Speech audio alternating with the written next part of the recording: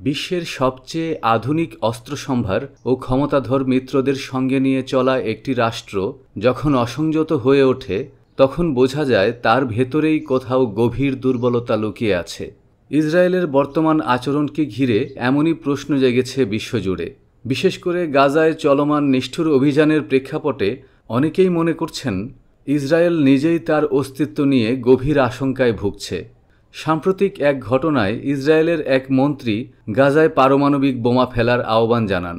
এই উগ্র ও অমানবিক বক্তব্য ইঙ্গিত দেয় ইসরায়েলের সরকার ও নেতৃত্বের মানসিক কাঠামোয় এক ধরনের আতঙ্ক সৃষ্টি হয়েছে, আর সেই আতঙ্কের নাম অষ্টম দশকের অভিশাপ। ইহুদিদের ধর্মীয় আইন ও নীতিমালা ভিত্তিক গ্রন্থ তালমুদে রয়েছে একটি পুরাতন ভবিষ্যৎবাণী।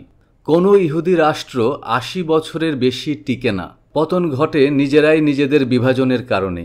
ইতিহাসও এই ভবিষ্যৎবাণীর সমর্থন দেয়। কিং ডেভিডের রাজত্ব বা হাসমোনিয়ান যুগ কোনোটাই ৮০ বছরের গণ্ডি টপকাতে পারেনি।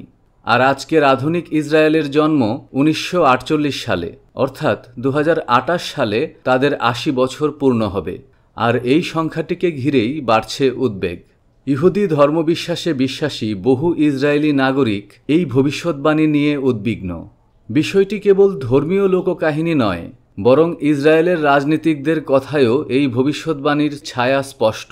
সাবেক প্রধানমন্ত্রী এহুদ বারাক ও রিউভেন রিভনিল বহুবার তাদের বক্তব্যে বলেছেন, ইসরায়েলি সমাজ ভয়ানক বিভক্ত।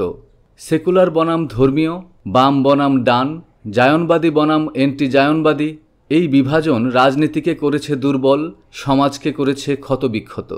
বর্তমান প্রধানমন্ত্রী বেনিয়ামিন নেতানিয়াহুও অতীতে বলেছেন, ইসরায়েলকে ঐক্যবদ্ধ রাখতে হবে, না হলে হাসমোনিয়ান রাজত্বের মতো এরাও টিকে থাকবে না। এমনকি ২০২০ সালে নির্বাচনী প্রচারে নাফতালি বেনেট বলেছিলেন, আমার সরকারই পারবে অষ্টম দশকের অভিশাপের হাত থেকে ইসরায়েলকে বাঁচাতে।